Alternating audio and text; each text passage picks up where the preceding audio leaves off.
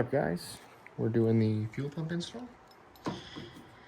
And basically we're going to be installing a new relay.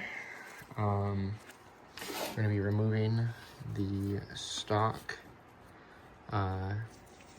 fuel pump resistor that lowers the voltage for when it's, under a certain RPM. Basically, it's these 6 wires. These 2 I taped off, you don't need. And you're just putting on a pinout, which I'll put right here, the one I used. There's a blue with red tracer to blue with red tracer to complete that circuit. And we'll come around to the back here.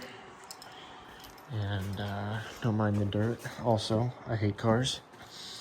This has been messing with me for a couple days, so I haven't really wanted to make this video because of all of the troubleshooting I've had to do.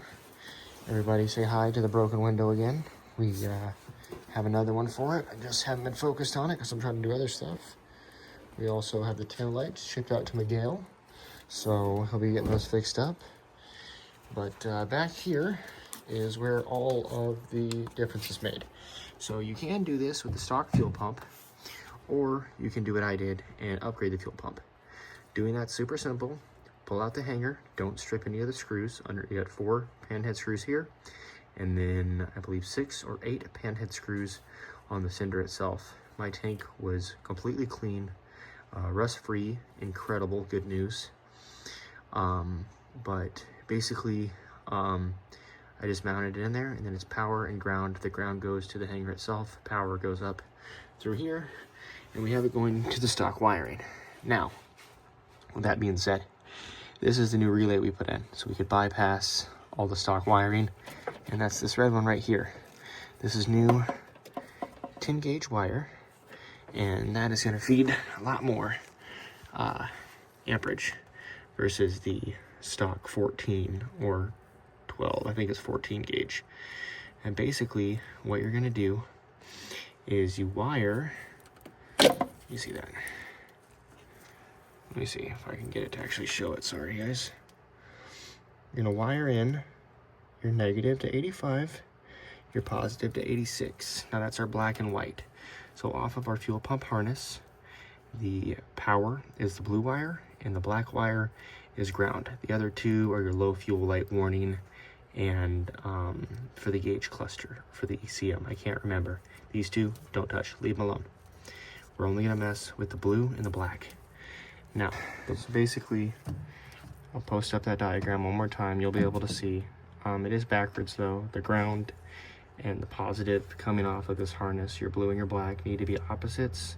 So they're actually going to the right side in case it's a diode style.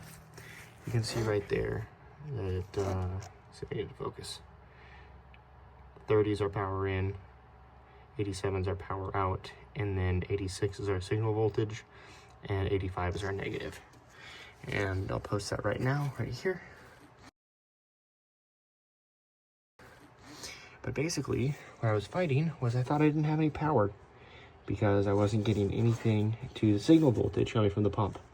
Well, what we learned was that the AFM door has to be open.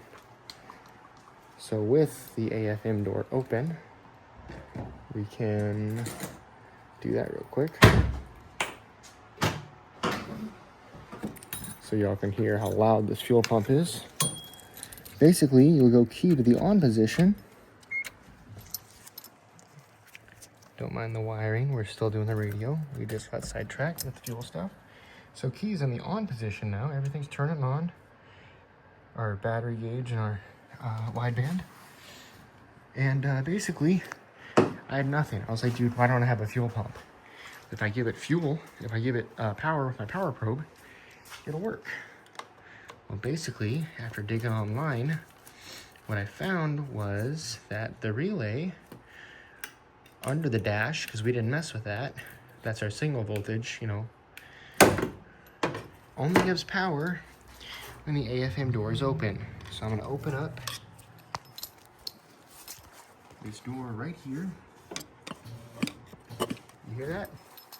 Listen to that.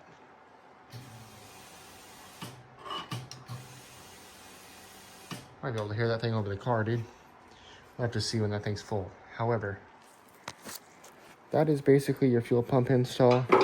I'll post links to the video that I used.